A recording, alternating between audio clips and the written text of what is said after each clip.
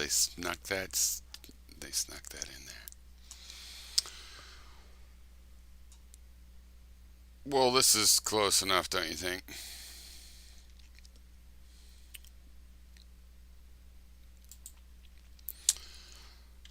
All right. Hello to all Earthlings and to all the people spread throughout the entire solar system, not just Earth, Mars, Pluto, uh, Europa.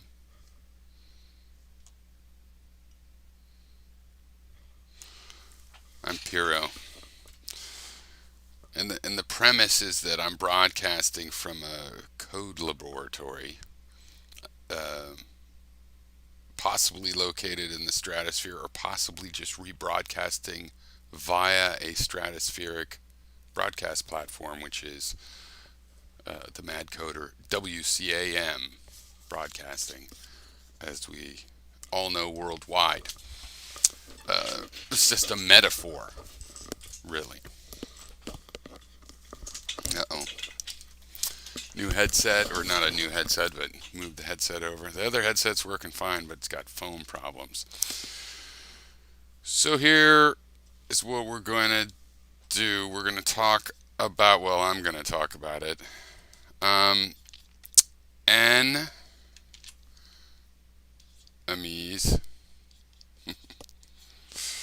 of the state or nation. Just a concept to discuss. Then we have, I'm going to talk about negative feedback. Oops, not negative, but negative feedback.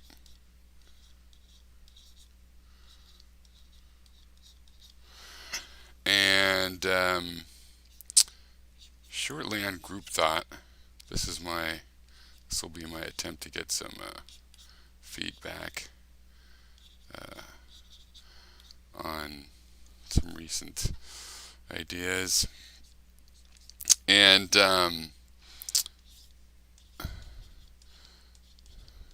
democracy, not going to listen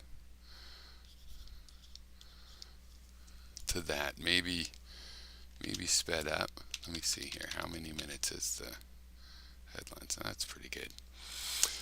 That's about what I budgeted for it. So,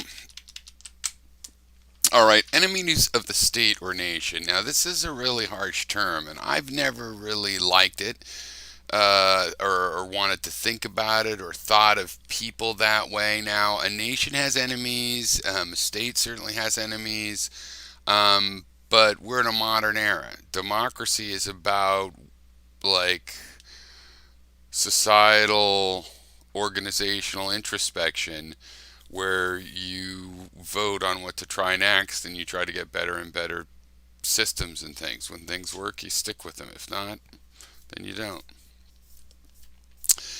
But what I was wondering, and here's the feedback part. So now, if the state is the government, whoever's in control, monarchy, democracy, whatever. The nation, different idea, of course. It's not an ancient idea, but we have an idea we think of nation. So the borders and the people that are in there might be different than the state. What the people in the nation want, you might call that what the nation wants. But what the nation does might be what the state says. But then with the democratic state, of course, that state is just a social infrastructure for managing, rather, it's a social structure for managing infrastructures, what I was trying to say. Now, what I was wondering is in old style um, monarchies, or dictatorial Roman emperors, um, to a certain degree oligarchies as well, but as you get towards democracy, I want to make a distinction. So those old style governments, of course, they all had enemies of the state, and when they would succeed, they would have a large enough number of people and or wealth mixture to be able to affect some sort of takeover of the state and therefore the nation. So these enemies are always lurking around wanting to undermine royalty, often some other royal family and things like that in those kinds of governments. Similarly, in a dictatorship or any modern version of that of kind of autocratic thing, often these oligarchies appear autocratic in that there's a front man that's allegedly autocratic, even though because of the wealth mixture used generally or whatever it takes an alliance to run a whole nation. Maybe it's actually an oligarchy. So those are similar things. But then when you have a democracy where people in power like that don't have the levers to just stay in power, but they actually have to get elected, now they can do advertising and all this, the methods of influencing people to stay in power in a democratic state. But that's different than actually having, the ability to say, oh, I got 98% of the vote, Now, what I was wondering is, in a democracy, are the enemies of the state different? Right? Is there a different nature? Like, are the enemies of the state in a democracy more willing to work with outside powers? Are they inherently anti-democratic? Right? Because often in the cycle, I forget the name of not Pliny, someone had this thing where it goes from monarchy to an oligarchy to a democracy, back to a monarchy, and that it's a cycle because of reactions to each type of government. Now, when you're an enemy of the way your state is being run, you, of course, don't have to see yourself as an enemy of the nation, but if it's being run with a democratic system, then it seems like you have to be against a democratic system. And if you are against your democratic system, it's because you're in a minority, at least in terms of convincing people. And that seems to mean that you need outside forces to help you do anything in that political system. To reimpose a monarchistic or dictatorial system, which we've seen many times in history, so far back that the Greeks and Romans were going like, yep, that's how it works. And the idea in the Roman era was, it was supposedly to have all the aspects of all three types of systems, and so is ours supposed to be modeled on that. But anyway, I'm just wondering about that, so discuss about that if anybody has an opinion on that. Are the enemies of a nation or a state, like its actual enemies, like willing to raise up arms? Not enemies because in a democratic system you're going to run against them. That could be called enemy, but I mean enemies of the state, people that want to overthrow the state. In a monarchy, they could be pro-democratic, but usually they weren't. They were just pro some other monarch, right? So often in that turn from monarchy to oligarchy, there's reforms for the people, the demos. The demos don't get to cratic nothing, but they do get some benefits. And until the oligarchy clamps down so much that they get pissed off, and then it's a democracy, and then that falls apart, and some strongman comes in and does away with democracy. But how exactly it can't, in other words, you can't, it's inherently anti-democratic if you're an enemy of a democratic state, right? Or is it not? You could be pro-democratic and an enemy of a state that claims to be democratic and it's not. And at any rate, I think that there's distinctions of the kinds of organizations, not distinctions left or right, but distinctions on a more fundamental kind of policy and approach level that you might find on the left or the right, right? but differences in, for example, working with foreign governments to enact your change, how you feel about your fellow countrymen. Do you think you're fighting a class war or a civil division war? These things, I think, might fall into classifications depending on which style of government you have, a democracy, an oligarchy, or an authoritarian autocrat. Negative feedback, man, I don't know what to say about this because I want the feedback. And who's to say which is negative, but some of it always will strike you annoying. And I learned long ago to take it and blow it off. But there's a couple things. One, Hythlete principle, I'm supposed to care if people find it consumable, but I'm still, and so I'm going to do that, but also, to be honest, it's like, I'm just sharing. This is allegedly monetized. I'll get around to that and all that, but, and then the Hythlete concept there is, well, let's say that I do want to make it worth your watching, but I kind of feel like there's a lot of stuff to watch, dude. So, if you don't like just hearing ideas that maybe you'll have an idea about yourself, then you should probably watch something else. But it's kind of negative feedback that'll still bug me enough that I'll be rude about it. Like, screw you. I was getting up, in my in my emotions and my expressiveness rather about Glenn Greenwald, and I was just being honest. And then the couple negative comments made me sort of like, I just want to take it in stride. But I also don't like doing what most of the people that are trying to actually make a living off of content producing, of maybe, just totally ignoring that feedback. I don't know. I was never like that.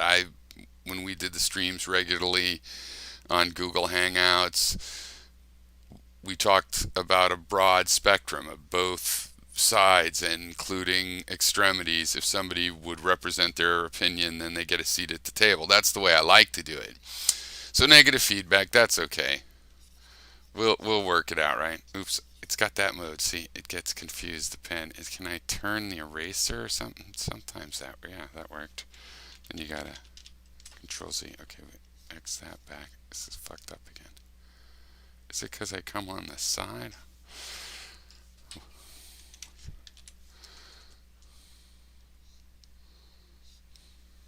There we go.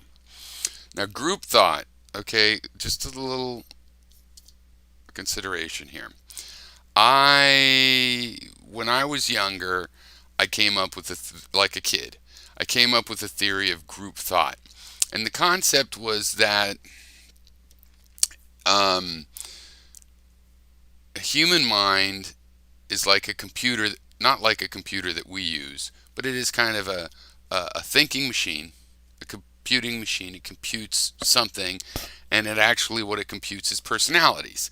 So what runs in a human mind, if it's like a computer, but it's different, it doesn't run a word processor, it runs a personality, it runs attitudes, it runs motions. Those are the programs of the brain.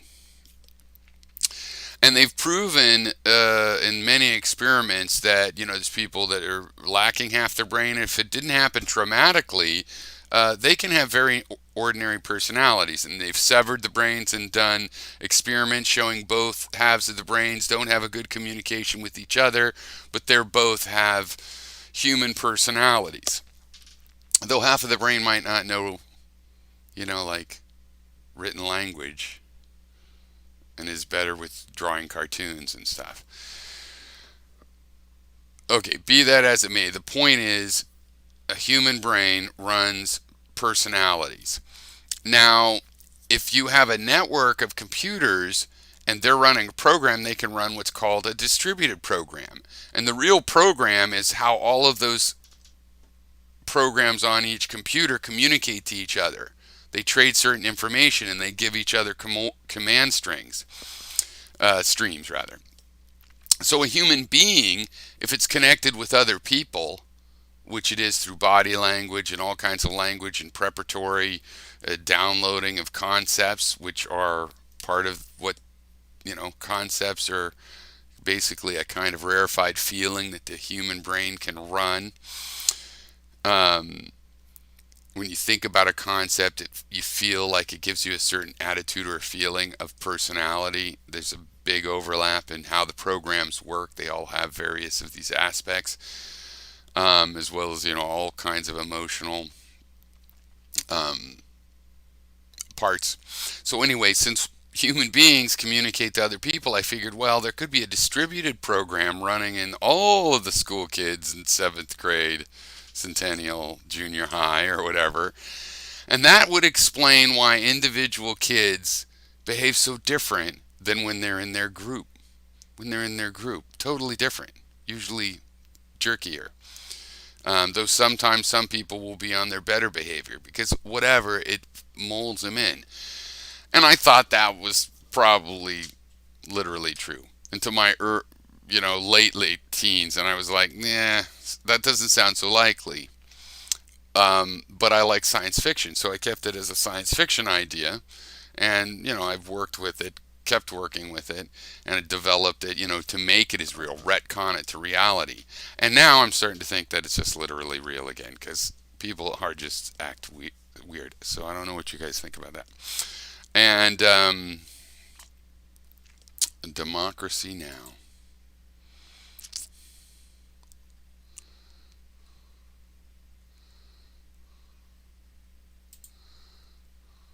Let's modify this right now.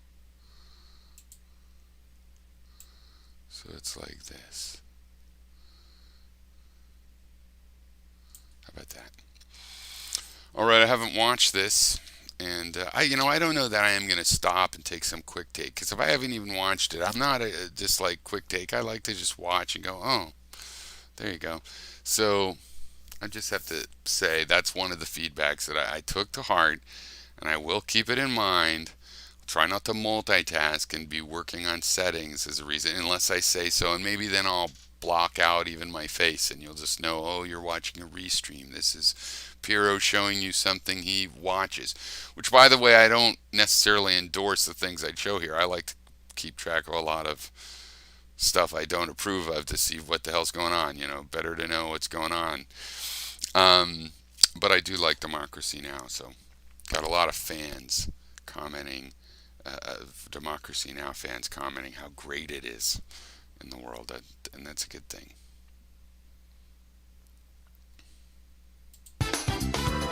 Welcome to Democracy Now!, democracynow.org, the War and Peace Report. I'm Amy Goodman.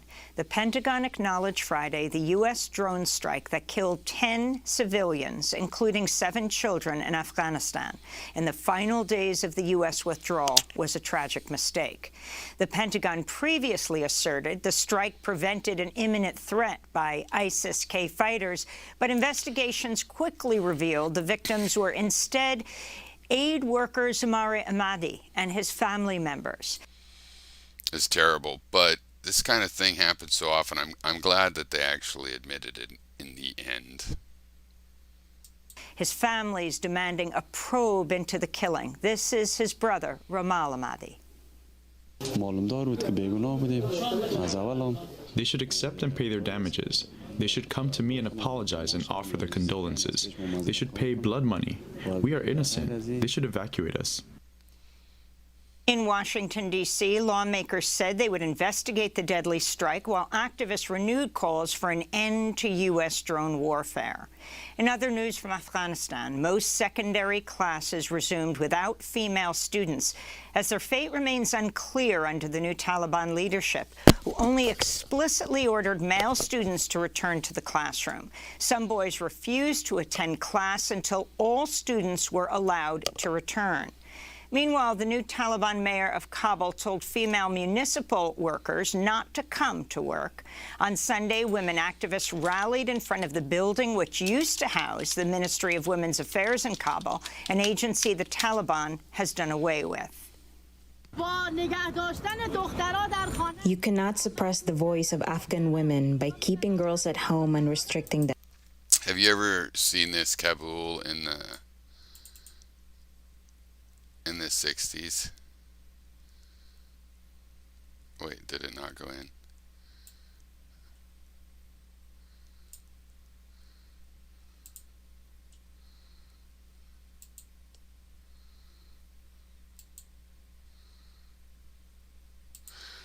Yeah, there was a period where, it's just as like any other place in the world. Thing is, when you bomb people into the Stone Age, like people like to say, then they turn to them, as well as more older ways of making war. by not allowing them to go to school. You cannot suppress the voice of Afghanistan's women by turning the Ministry of Women into a ministry of the promotion of virtue and prevention of vice. You cannot suppress Afghanistan's women. Meanwhile, Al Jazeera reports at least 7 people were killed after a series of blasts in Kabul and the eastern city of Jalalabad Saturday. ISIS-K claimed responsibility for the attacks. The Biden administration sent 3 deportation flights to Haiti Sunday as part of its efforts to speed up the mass expulsion of over 14,000 Haitian asylum seekers who've been staying in a makeshift camp under a bridge in Del Rio, Texas, for days.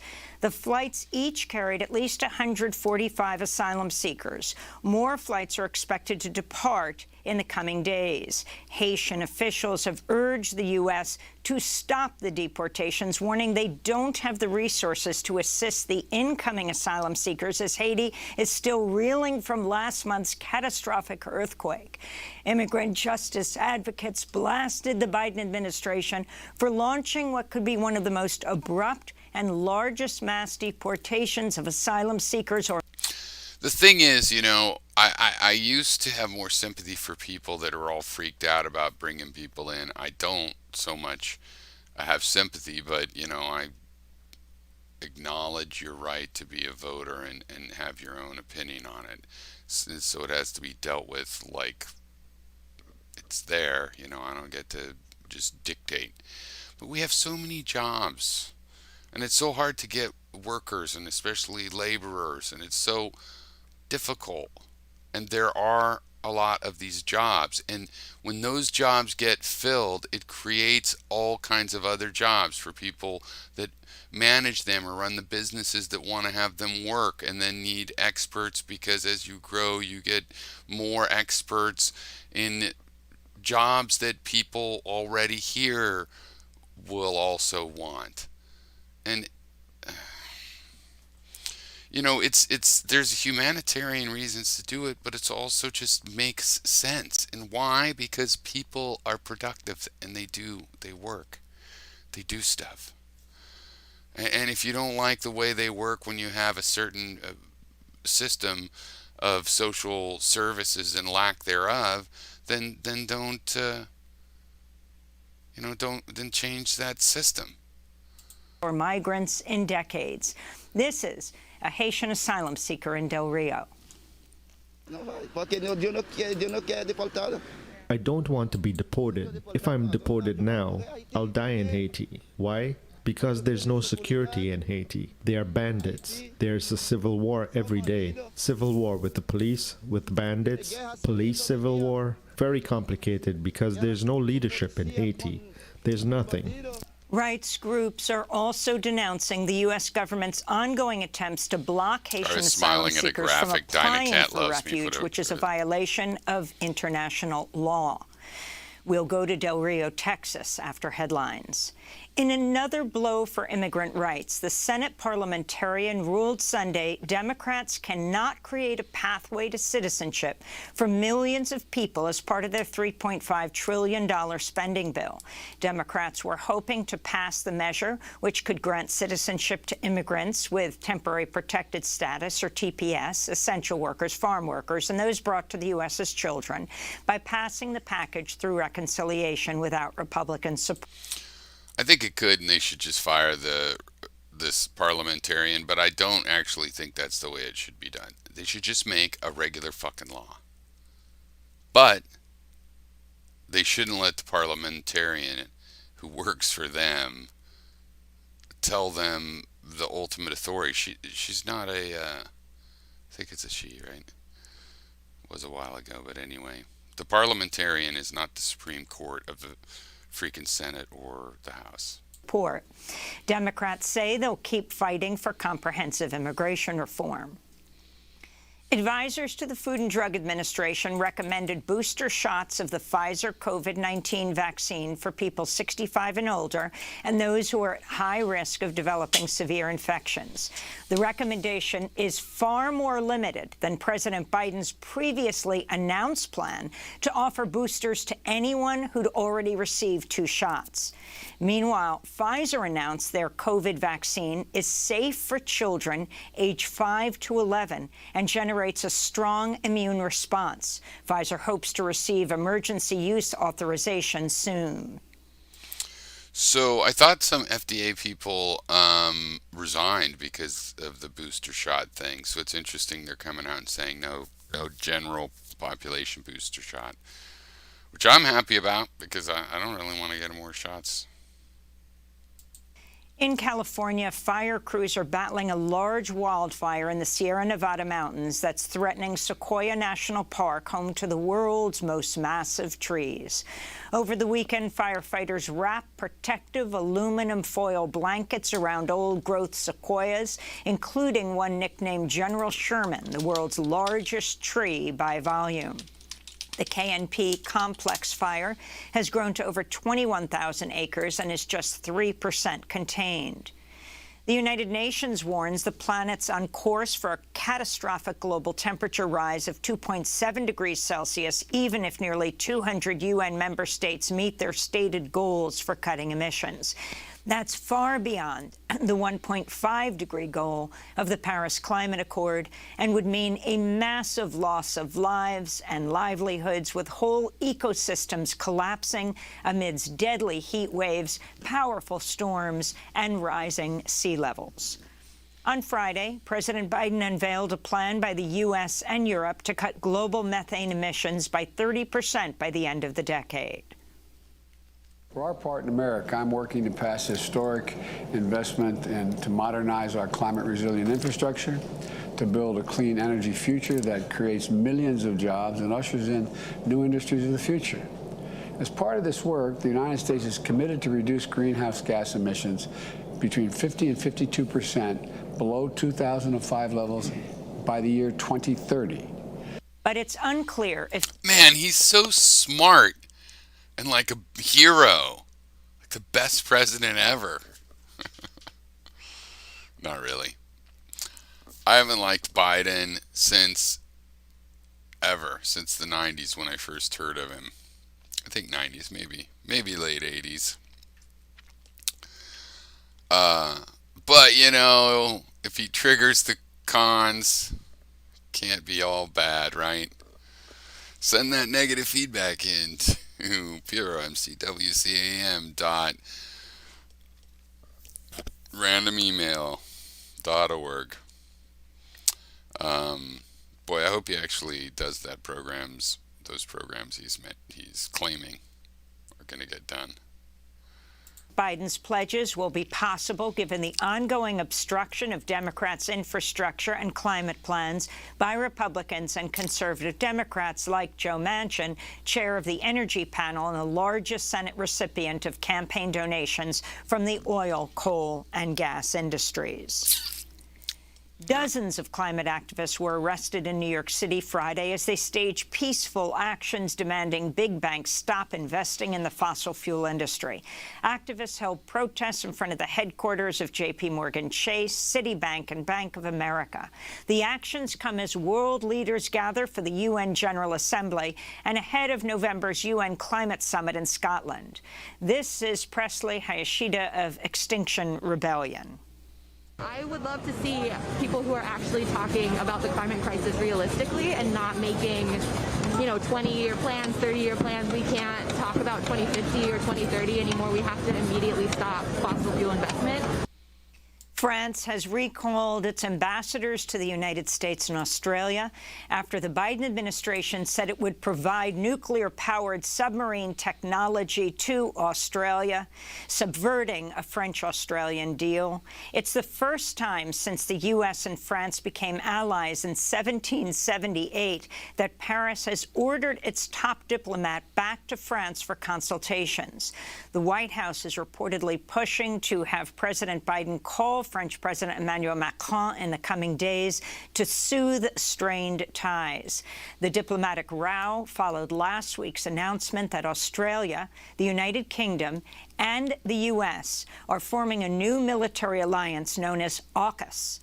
Just ahead of the announcement, Australia canceled a $65 billion deal to purchase French-built diesel-electric submarines. In Russia, preliminary results show President Vladimir Putin's ruling party on track to retain its majority in the lower house of parliament after an election that saw a near-record low turnout of just 45%. Opposition groups blasted the results, alleging large-scale vote rigging. Ahead of the election, police arrested thousands of activists, including supporters of the jailed opposition leader Alexei Navalny. In Canada, voters are casting ballots I know today in a nothing about parliamentary that election story. that Prime Minister Justin Trudeau is hoping will deliver a clear mandate to his Liberal Party. But the Liberals have been in a tight race with the Conservative Party, with the progressive New Democratic Party polling in third place. The leaders of the two main challenging parties accused Trudeau of calling the snap election amidst a Delta-fueled fourth wave of COVID infections. In Algeria, former President Abdelaziz Bouteflika died Friday at the age. So my understanding of the Canadian thing is that the two main parties are like neck and neck, but then the third one is, I think, more leftist.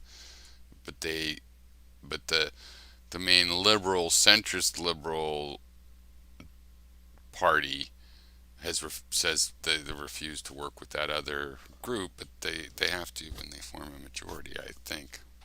Maybe a Canadian could clear that up for us. Former President Abdelaziz Bouteflika died Friday at the age of 84. His burial Sunday was a muted affair, even though he held power longer than any other Algerian president. Mass protests led to Bouteflika's resignation in 2019 and resumed earlier this year, demanding an end to Algeria's entrenched political elite and military rulers.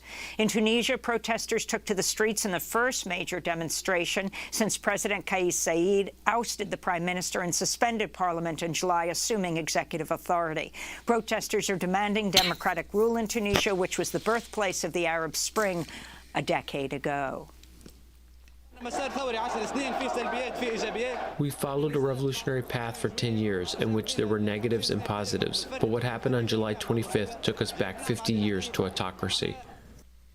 Back in the United States, in Washington, D.C., police and riot gear surrounded the U.S. Capitol grounds Saturday, outnumbering an estimated 200 protesters who rallied in support of the pro-Trump mob that attacked Congress on January 6th. 200 protesters.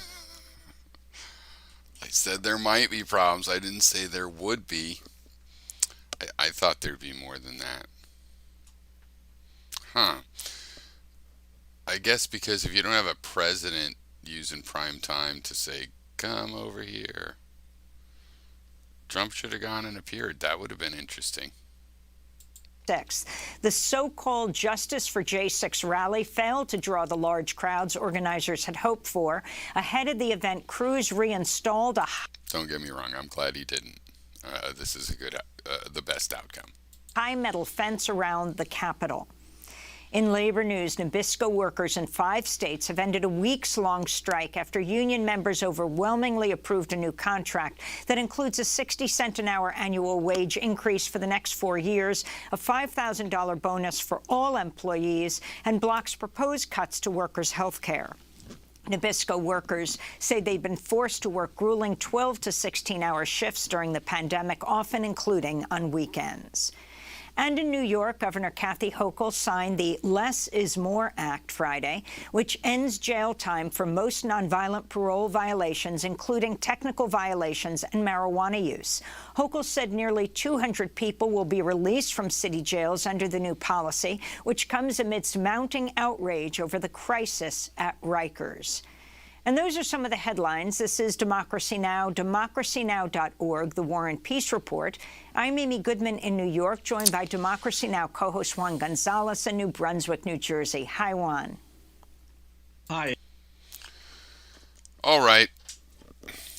That's it for my every other day broadcast. I'm doing pretty good every other day. Half an hour every other day. Important things, because it's so important. And it's things.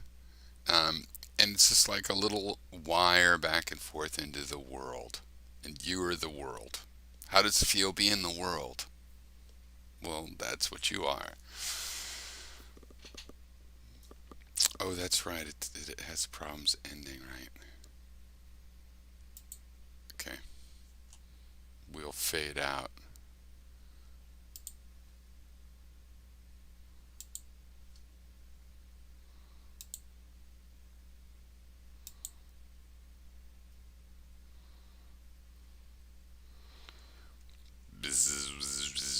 End of the theme song. End of the show. It's a show and it's ended for sure now. No doubt about it. And if you think about it, it makes sense.